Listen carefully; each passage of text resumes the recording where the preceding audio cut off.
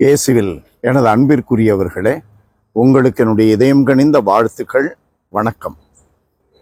அன்பானவர்களே, இன்றைய நற்செய்தி பகுதி லூக்கா நற்செய்தி 12வது அதிகாரம் 1-7. ஆயிரக்கணக்கான மக்கள் திரண்டு வந்திருந்த போது இயேசு முதலில் தம் சீடரோடு பேசத் தொடங்கினார். பரிசேயருடைய வெளிவேடமாகிய புளிப்பு மாவை குறித்து நீங்கள் எச்சரிக்கையாயிருங்கள். வெளிப்படாதவாறு மூடப்பட்டிருப்பது ஒன்றுமில்லை, அறியப்படாதவாறு மறைந்திருப்பதும் ஒன்றுமில்லை. ஆகவே நீங்கள் இருளில் பேசியவை வெளியில் கேட்கும், ஒளியில் கேட்கும். நீங்கள் உள்ள அறைகளில் காதோடு காதாய் பேசியவை வீடுகளின் மேல்தளத்திலிருந்து அறிவிக்கப்படும். என் நண்பர்களாகிய உங்களுக்கு நான் சொல்கிறேன், உடலை கொல்வதை அன்றி வேறு எதுவும் செய்ய இயலாதவர்களுக்கு அஞ்ச வேண்டாம். அன்பானவர்களே, ஏன் மற்றவர்களை பற்றி மறைவா நம்ம மற்றவர்களோடு பேசி கொண்டு இருக்கிறோம்? புரணி பேசுகிறோம், மறைவா பேசுகிறோம், இருளில் பேசுகிறோம், காதோடு காதா பேசுகிறோம். காரணம் என்ன? மற்றவங்களுக்கு கேட்டா பிரச்சனை வரும். பிரச்சனைக்குரியவற்றை ஏன் நீ நிறுத்த முடியாது?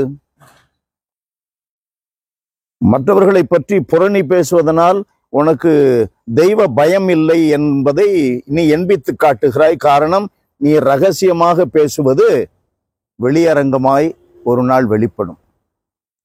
நீ எதையும் மறைக்க முடியாது. காரணம், ரகசியமாக நீ பேசுவது அவருக்கு தெரியும். அவர் அதை வெட்ட வெளிச்சமாக்கி விடுவார். அப்ப அவருக்கு தான் அஞ்ச வேண்டும். மனிதர்களுக்கு அஞ்சி ஒரு காரியத்தை செய்யாதே. மனிதர்களுக்கு அஞ்ச தேவையில்லை. உடலை அவர்கள் கொல்லலாம், ஆன்மாவை கொல்ல முடியாது.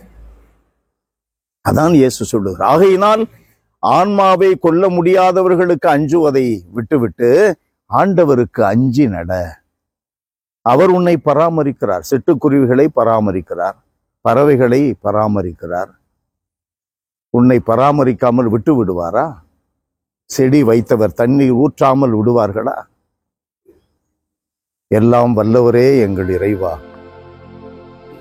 உம்முடைய பிரசன்னம் எப்பொழுதும் இருக்கிறது என்பதை உணர்ந்து நாங்கள் மறைவிலே வாழுகின்ற வாழ்க்கை கூறுகள் உமக்கு முற்றிலுமாக தெரியும் என்பதை அறிந்து உமக்கு மட்டுமே பயந்து உண்மையாய் நாங்கள் வாழ, உமக்கு உரியவற்றை நாங்கள் இந்த உலகில் சொல்லவும் செய்யவும், இவ்வாறு உம்மை மகிமைப்படுத்தவுமாக வாழ எங்களுக்கு துணை புரியும். இயேசுவின் நாமத்தில் ஜெபிக்கிறோம் பிதாவே. ஆமென், ஆமென்.